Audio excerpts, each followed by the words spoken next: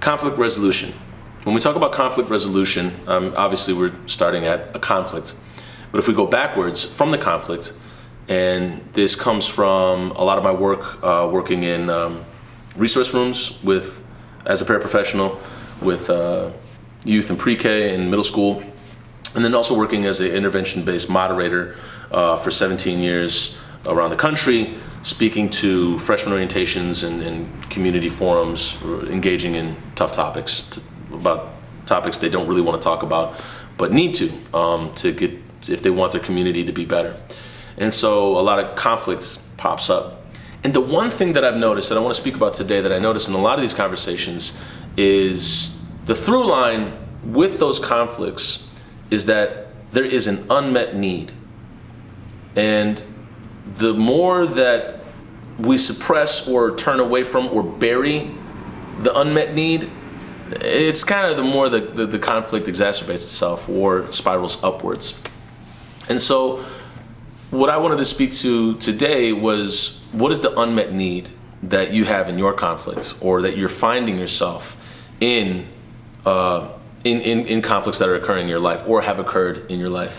There are some conflicts that I don't think people would refer to them as conflicts. They would just, be known as like emotional cold wars. And this can happen.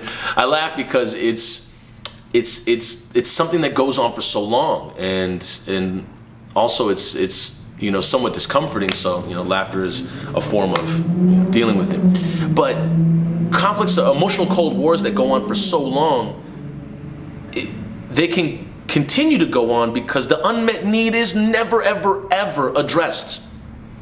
And when the unmet need is never addressed, and not even dismissed, because dismissing something would mean that you actually addressed it and then put it somewhere, but it's just disappeared. We don't even talk about that. Fight Club? What Fight Club? Unmet need? What do you mean? I have all my needs met. But when you disappear an unmet need, what happens is you are then in an eternal emotional cold war with really no light at the end of the tunnel. And so with a lot of the conflict resolution that we work in with forums is getting to the unmet need. Okay, what is this person's unmet need? What happened? Or what is continuing to happen? Or what is unresolved with them? And it may have, get this, nothing to do with the conflict at hand. It could be just based upon trauma or an unmet need that happened decades ago. And yet it is still working its way to the surface to today. And I've seen this happen so often in working in the forums and freshman orientations. And it definitely happens when we do spoken word workshops, when we get kids writing. Okay,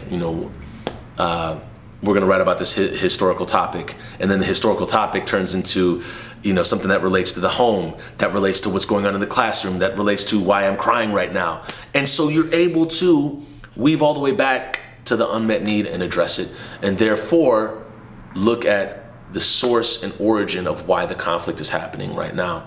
So I guess the challenge of this video would be to, if there is a conflict going on in your life, if there is something that's very unresolved going on in your life, what would be the unmet need that is happening in that situation or that exchange, and how can you address it?